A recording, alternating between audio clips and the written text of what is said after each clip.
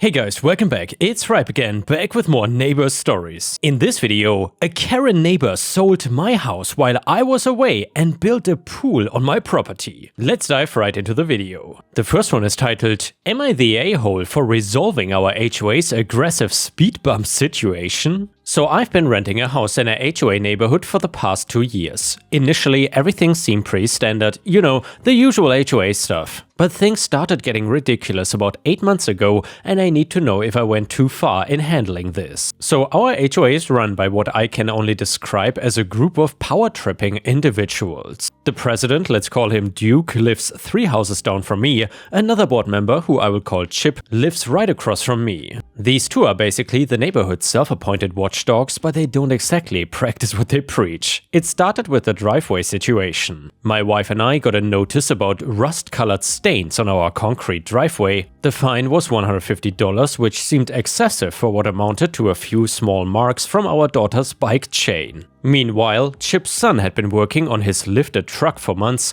leaving a massive oil stain covered by this ratty red towel that just sat there collecting dirt. When I brought this up at the next HOA meeting, Duke just brushed it off. "Well," Duke said, adjusting his golf polo, "the board has determined that temporary automotive work is permitted within reasonable timeframes." 8 months is temporary? I asked. "The situation is being monitored," was all he said. But the real drama started with the speed bumps. We had normal ones before, you know, the kind that make you slow down but don't destroy your suspension. Then one night, Duke's wife Marlene, yeah, that's what she actually goes by, crashed her Mercedes into a tree after what everyone knew was a pretty wild book club meeting. Instead of addressing the actual problem, which is drunk driving, the HOA decided that speeding was the neighborhood's biggest issue. At the next meeting, Duke stood up and declared, "We've received numerous complaints about excessive speeding in our community. The board has unanimously decided to implement enhanced traffic calming measures." And well, enhanced was an understatement. They installed what I can only describe as miniature mountains across our main road. These were not just speed bumps, they were car killers. You literally had to come to a complete stop, ease up on one side, stop again, then slowly descend the other side. Then repeat the whole process for your back wheels. It was turning a 2-minute drive to the entrance into a 10-minute obstacle course. My neighbor Trey, cool guy, drives a Civic, came over one evening after his oil pan got scraped. "Man, this is ridiculous," he said, showing me the damage. "I've lived here for 6 years and we've never had a speeding problem. The only accident was when Marlene hit the tree." I finished. We both knew it, but nobody dared to say it at the meetings. People started driving on the grass to avoid these monstrosities, so what did our brilliant HOA board do? They installed concrete barriers. Emergency vehicles could barely get through.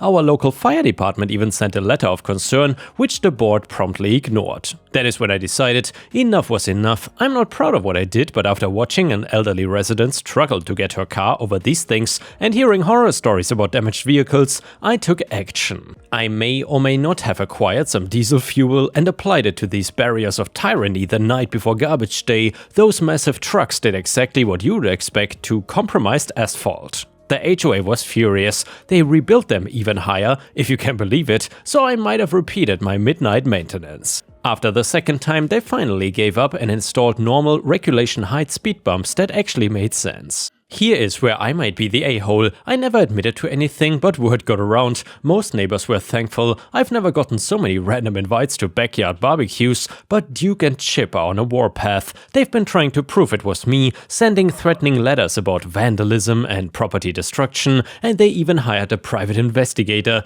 pretty sure it's just Chip's brother-in-law with a camera, to watch my house. My wife thinks I went too far and should have handled it through proper channels. Well, we tried that, multiple complaints, petitions, signatures, even that letter from the fire department, but nothing worked until someone took direct action. So Reddit, am I the a-hole for taking matters into my own hands? And yeah guys, let me know what you think about this in the comments. Do you think OP did the right thing here for the neighborhood, or was he just a criminal? A user on Reddit said, "You are the a-hole. I don't care how annoying those speed bumps were. You committed vandalism of community property. What you did was literally a crime. People like you are why HOA fees keep going up. You could have pursued legal channels or moved out if you didn't like the rules. Comment number 2, you are the a-hole. Speed bumps exist for a reason. I have kids who play in this neighborhood, not this one specifically, but you get my point, and I would rather have damaged cars than injured children. You took it upon yourself to destroy safety equipment because it inconvenienced you. That's selfish and dangerous. Comment number 3, everyone sucks here.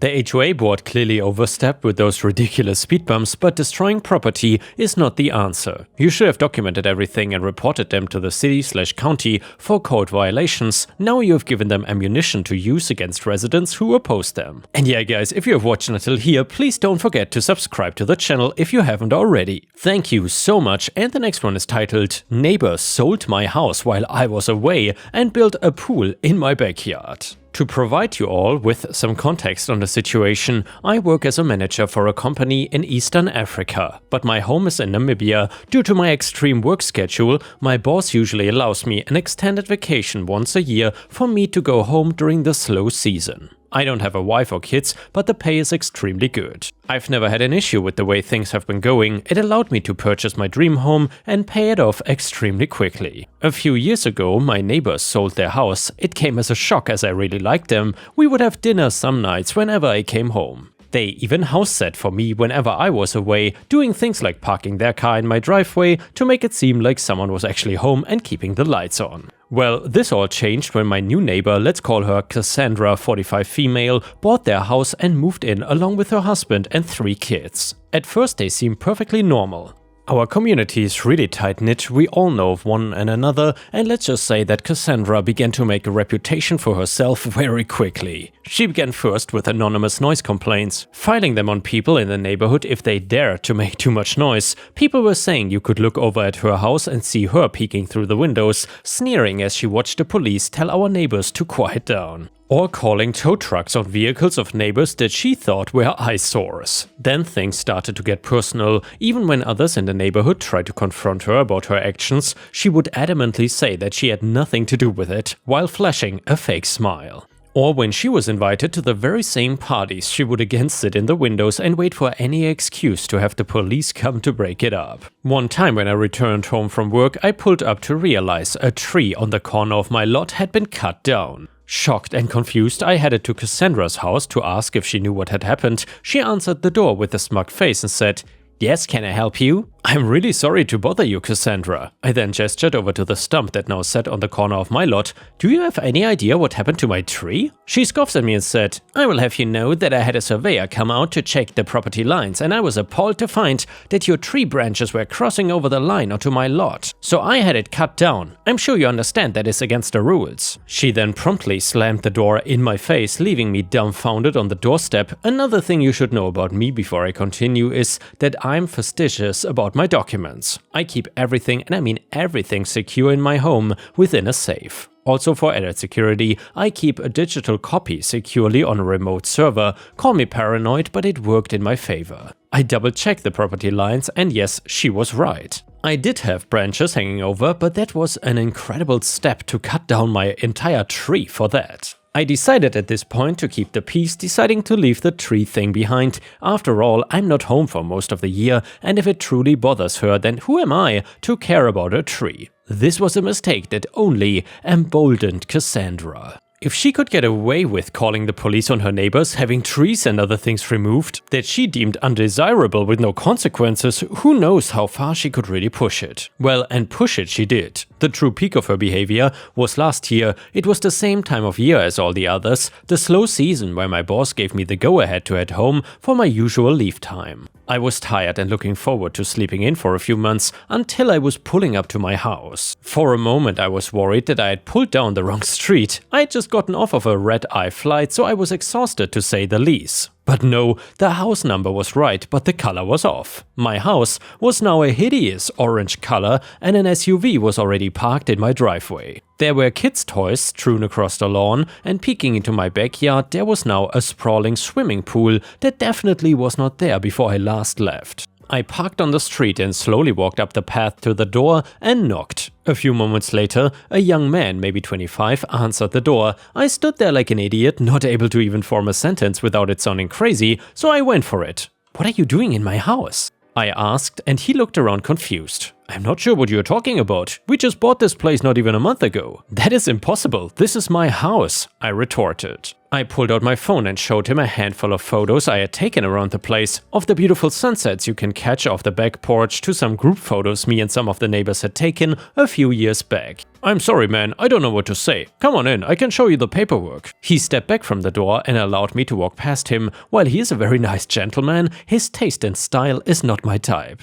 Strange color choices and furniture locations make the house seem alien to me, not the usual comfortable refuge I'm used to coming back to. A few moments later he returned from the office, well, what used to be my office, but is now his daughter's bedroom. He hesitated for a moment, keeping the papers tucked against his chest, no doubt picking up on the dread in my eyes. He relents, handing me a small bundle of papers. I'm immediately dumbfounded. I flip rapidly through the pages, scanning the paragraphs, the deed to my house, and there at the bottom of the contract is my signature. I feel sick. My ears begin to ring as the realization washes over me. I feel goosebumps pepper my skin. My house has been swept out from underneath me. I can see the man's lips moving, but I cannot hear a word coming from his mouth. I stood up and stumbled my way to the door, dazed and confused. I clipped my hip off a table that didn't used to be there. I made it to my car and I see the young man in the doorway. A puzzled look on his face, but that's not what I focused on. Out of the corner of my eye, I noticed a face. Cassandra's face to be exact,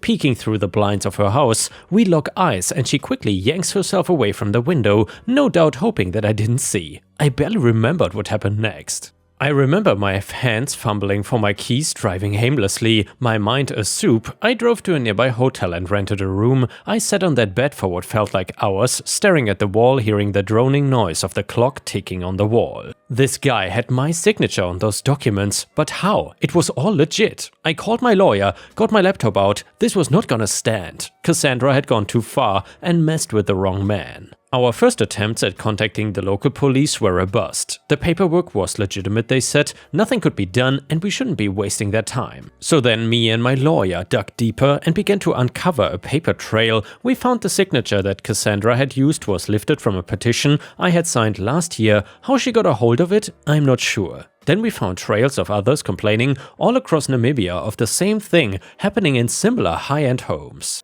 All of them talked about how a woman moved in next door or in the neighborhood that matched her description, but going by different names, then targeting them over petty disputes. Then when they left for a vacation or a work trip, their house was sold when they got home, now basically inhabited by complete strangers. It looked like she was able to pull this off as she had an accomplice in the industry. As with each of these sales, they all had the same real estate agent. An older man who after some more digging turned out to be Cassandra's father-in-law. She had found a perfect partner in crime who was able to get clients, acquire sensitive legal documentation and bribe the right people. With this newfound evidence and a copy of my actual legal documents from my secure server, we finally got the police's attention. I will never forget the day of pulling up to Cassandra's house and watching from across the street as 2 police cars came pulling in front of her home. She answered the door, irritated at the officers for interrupting her. Her tone changed real quick once the officers told her that they were there to arrest her. Watching her as she bawled her eyes out as she was dragged towards the police car,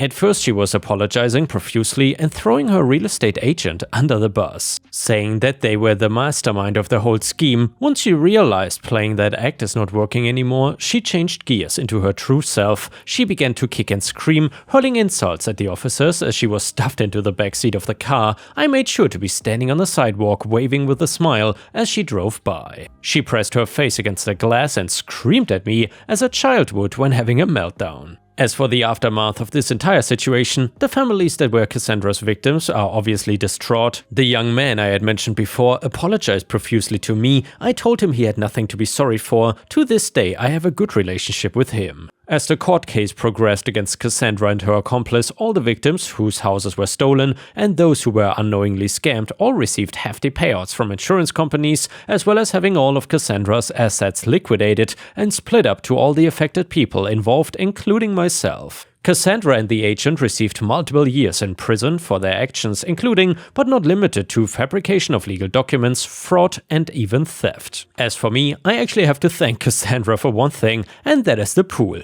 Ironically enough, I find myself most nights going for a swim. It's even become another space for the neighborhood to meet up.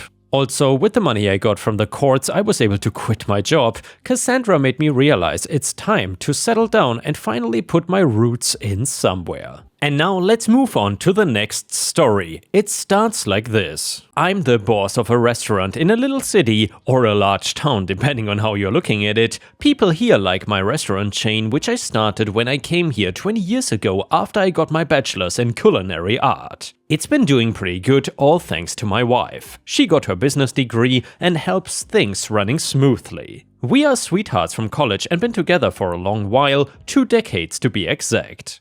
Even though we got a bunch of restaurants now, we still have time to drop by each one every month. We do that to make sure the food is still up to standards and to hear from our staff. We want to know what is what and if anything is important. Since it is a small city, connections are important and one must be updated with what is happening around them. About 3 months ago, we opened up a new branch. This one was in a part of the city where fancy restaurants were not many and maybe 2 in total. People said our business might not do so great there, but we had a different plan. Making lots of money was not the main goal for this branch. We wanted more folks to know about us, even though these folks might not live in the busy center of the city. I aimed to turn our restaurant chain into a well-known name and a family favorite in the city, so we couldn't cut corners literally. So when we showed up on the very first day of opening, things were going pretty smooth.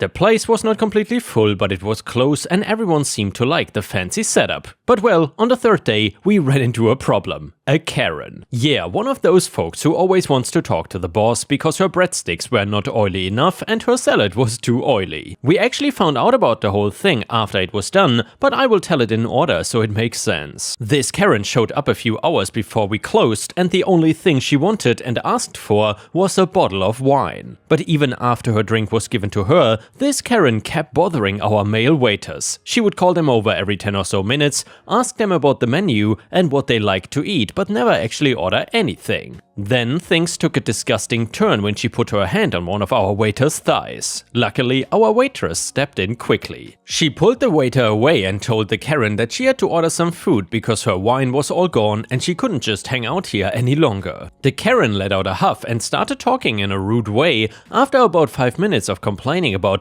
jealous singles and desperate women, she asked for free appetizers. Our waitress told her that free starters were only for the opening day and now she would need to pay. But the Karen was not having it. She started going on about how she is a pal of the owner and he promised her free food at his new place. Our waitress wasn't buying it though and politely said that she could not give out freebies like that. Karen, you're kidding me, right? I know the owner. He said I could have anything I want. He literally invited me here, you moron. Waitress, I'm really sorry, but I cannot give you free food. You will have to order and pay. Karen, this is ridiculous. Get your manager here now. Waitress, I'm here to help, but I cannot give you free food, and I assure you, the owner does not promise free meals like that. Unless and until the owner comes to sit here with you, we cannot take your word for it. Karen, how dare you? I will have you fired for this. The waitress kept her cool, trying her best to be calm and polite while Karen got more and more aggressive. It was like Karen was on a mission to get her way, no matter what. At that very moment, my wife and I walked into the restaurant and were confronted with this whole messy situation. The waitress and Karen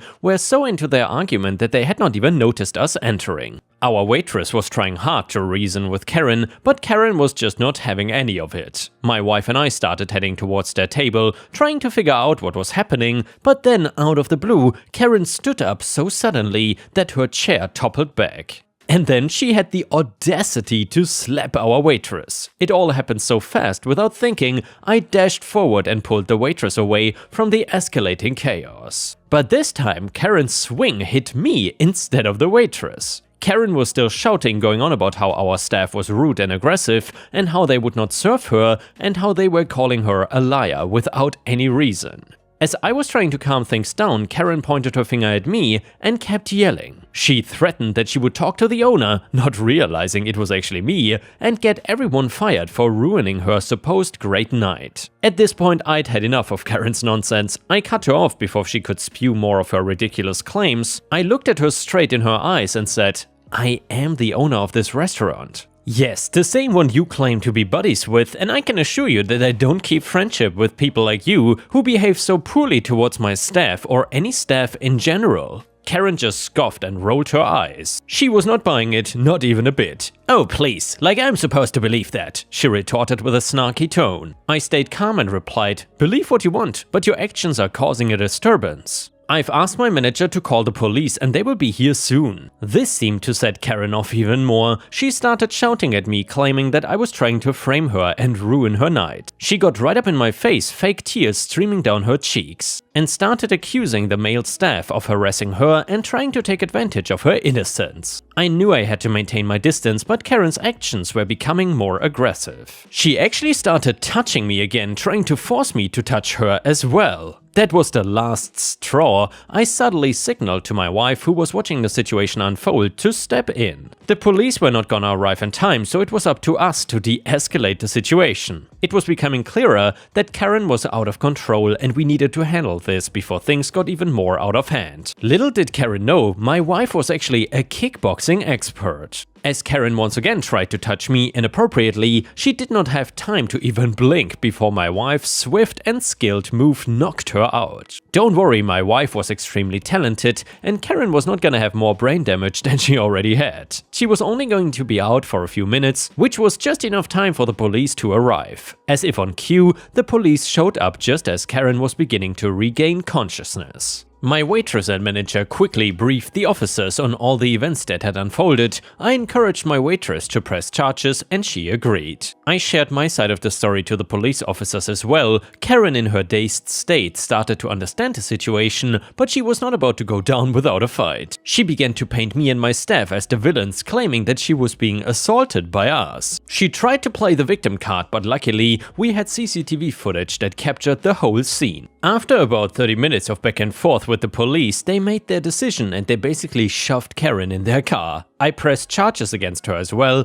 along with a waiter who was harassed by the Karen. After a brief investigation, Karen ended up behind bars for a good few months, facing the consequences of her own actions. And the next one is a funny story from r/petty revenge that we will read before we end the video. It is titled "Messy Coworker Who Never Cleaned Up Their Mess." So I was an office manager for a small family-owned business. At the time this happened, we only had about 10 people working out of our offices, and some of those people were only in the offices for a few hours a week. We had 5 people in the office full-time and we have a small break room with a refrigerator and a microwave. Everyone kept drinks in the refrigerator and a few people brought lunches occasionally, but only one person brought their lunch every day. We will call this person Jay. Now, not only would Jay bring lunch daily, she would keep all kinds of food in her office and in the refrigerator. The problem was oftentimes that Jay would leave food in the refrigerator for weeks at a time and it would go bad and start smelling and just taking up room needlessly. Now, Jay was also the primary user of the microwave, but she would never cover her food and the microwave was always dirty, which was why no one else used it. So I had to set a new rule that mostly only affected Jay.